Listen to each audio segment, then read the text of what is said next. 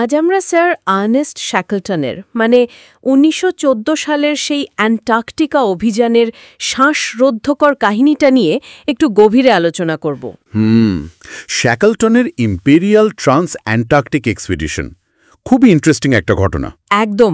আমাদের কাছে এ নিয়ে উইকিপিডিয়ার তথ্য আছে, আর দুটো ইউটিউব ভিডিও থেকে নেয়া কিছু জরুরি অংশও রয়েছে। আচ্ছা, আমাদের মূল লক্ষ্য হল এন্ডিউরেন্স নামের সেই বিখ্যাত জাহাজ, তার ওয়াডেল সাগরের বরফে আটকে পড়া, তারপর ধ্বংস হওয়া।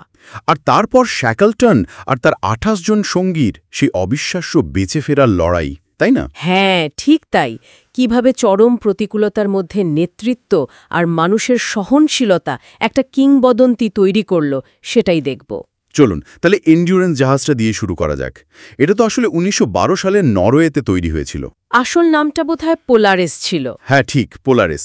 বিশেষভাবে মেরু অঞ্চলের জন্যই বানানো, মানে বরফের ধাক্কা সামলানোর মতো করে। কাঠগুলো নাকি খুব পুরু ছিল, ওক আর নরওয়েজিয়ান ফার দিয়ে তৈরি। খুব শক্ত কাঠ। কিছু জায়গায় তক্তা ৩০ ইঞ্চি পর্যন্ত পুরু। আর জাহাজের সামনের দিকটা, মানে যেটা বরফে প্রথম ধাক্কা মারে, ওটা প্রায় ৫২ ইঞ্চি পুরু কাঠ দিয়ে বানানো হয়েছিল।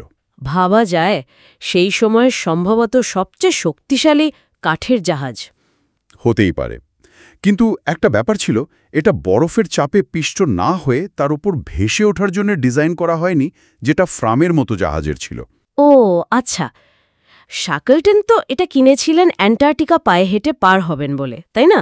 বিশাল এক প্ল্যান ছিল। ঠিক, কিন্তু শুরুতেই তো সমস্যা।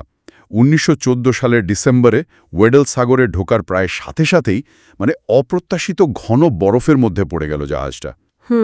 আর তারপর তো আটকে গেল। হ্যাঁ, ১৯১৫ সালের ১৮ জানুয়ারি একেবারে নড়নচড়ন অবস্থা। বরফের স্রোতের সাথে ভাসতে থাকল শুধু। মাসের পর মাস। এখানেই কিন্তু শ্যাকলটনের আসল পরীক্ষা শুরু। মানে পরিস্থিতি হাতের বাইরে, কিন্তু টিমের মনোবলটা ধরে রাখতে হবে। আর বরফের চাপটাও তো সাংঘাতিক ছিল নিশ্চয়ই। সাংঘাতিক! জাহাজের কাঠের কাঠামো রীতিমতো মচমচ করত, বেঁকে যেতে শুরু করেছিল। উফ! ১৯১৫ সালের অক্টোবর নাগাদ অবস্থা খুবই খারাপ হয়ে দাঁড়ালো। মানে কাঠ ভাঙতে শুরু করে, জল ঢুকছে জাহাজে। আর তখনই কি জাহাজ ছাড়ার সিদ্ধান্ত? হ্যাঁ, ২৭ অক্টোবর। প্রায় ৯ মাস বরফে বন্দি থাকার পর শ্যাকলটন অর্ডার দিলেন জাহাজ ছাড়ার। খুব কঠিন সিদ্ধান্ত ছিল নিশ্চয়ই। নিজের স্বপ্নের জাহাজ ছেড়ে অনিশ্চিত বরফের ওপর আশ্রয়। আর তার কিছুদিন পর ২১শে নভেম্বর ১৯১৫ এন্ডিউরেন্স পুরোপুরি ডুবে গেল বরফের তলায়। ফ্র্যাঙ্ক হার্লি ছবিগুলো তুলেছিলেন সেই সময়ের। সেই বিখ্যাত ছবিগুলো। জাহাজ ডুবির পর তো শুরু হলো আসল লড়াইটা, তাই না? বরফের ওপর ক্যাম্প করে থাকা। একদম। ২৮ জন মানুষ বরফের চাঁইয়ের ওপর ক্যাম্প, নাম দিয়েছিলেন পেশেন্স ক্যাম্প।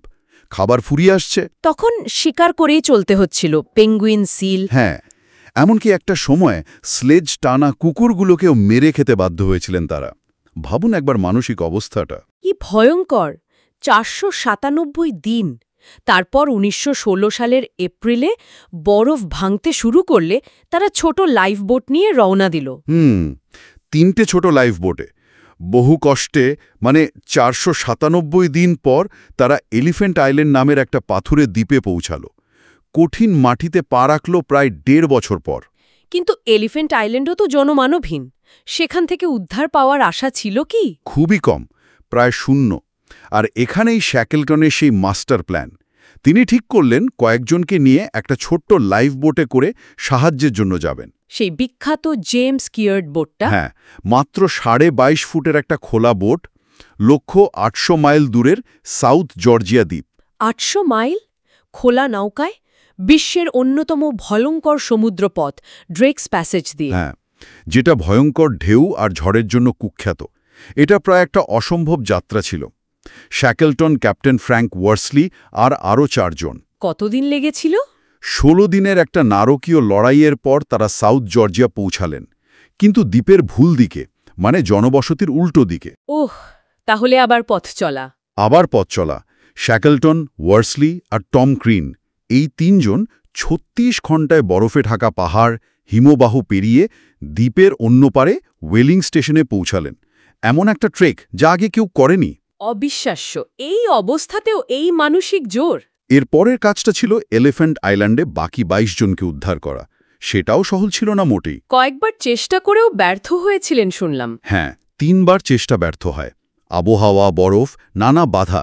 অবশেষে চতুর্থ চেষ্টায় ১৯১৬ সালের ৩০শে আগস্ট চিলির নৌবাহিনীর একটা ছোট্ট জাহাজ ইয়েলচো সেটা ধার করে শ্যাকলটন তার লোকেদের কাছে পৌঁছাতে পারলেন।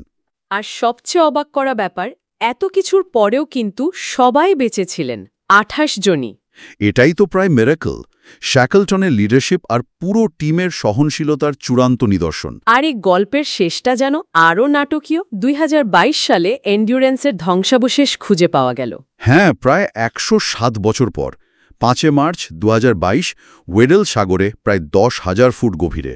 আর জাহাজটা নাকি খুব ভালো অবস্থায় আছে। আশ্চর্যজনকভাবে ভালো অবস্থায়। অ্যান্টার্কটিকার ওই চরম ঠান্ডা জল আর অক্সিজেনের অভাব জাহাজটাকে দারুণভাবে সংরক্ষণ করেছে। নামটাও নাকি এখনও স্পষ্ট পড়া যায় জাহাজের পেছনে। ওয়াও! এটা এখন একটা সুরক্ষিত ঐতিহাসিক স্থান, তাই না? অ্যান্টার্কটিক চুক্তির অধীনে। ঠিক। এই পুরো আলোচনা থেকে আমার মনে হয় যেটা সবচেয়ে বড় হয়ে ওঠে তা হলো শ্যাকলটনের ওই অসাধারণ নেতৃত্ব। মানে চরম বিপদেও মাথা ঠান্ডা রেখে সিদ্ধান্ত নেওয়া, আর পুরো দলটার সেই অদম্য জেদ আর একে অপরের প্রতি বিশ্বাস। একদম। এটা শুধু একটা ব্যর্থ অভিযানের গল্প নয়, এটা মানুষের হার না মানা মানসিকতার গল্প। আর এটাই হয়তো আমাদের সোচনের বিষয়। মানে ১০০ বছরেরও বেশি সময় পরেও শ্যাকলটনের এই কাহিনী কেন আজও এত অনুপ্রেরণা দেয়? হয়তো প্রশ্নটা এটাই যে চরম বিপদের মুখে মানুষের টিকে থাকার ক্ষমতার আসল সীমাটা কোথায়, আর সেই পরিস্থিতিতে একজন লিডারের ভূমিকা ঠিক কতটা গুরুত্বপূর্ণ হতে পারে। এই প্রশ্নগুলো কিন্তু আজও খুব প্রাসঙ্গিক।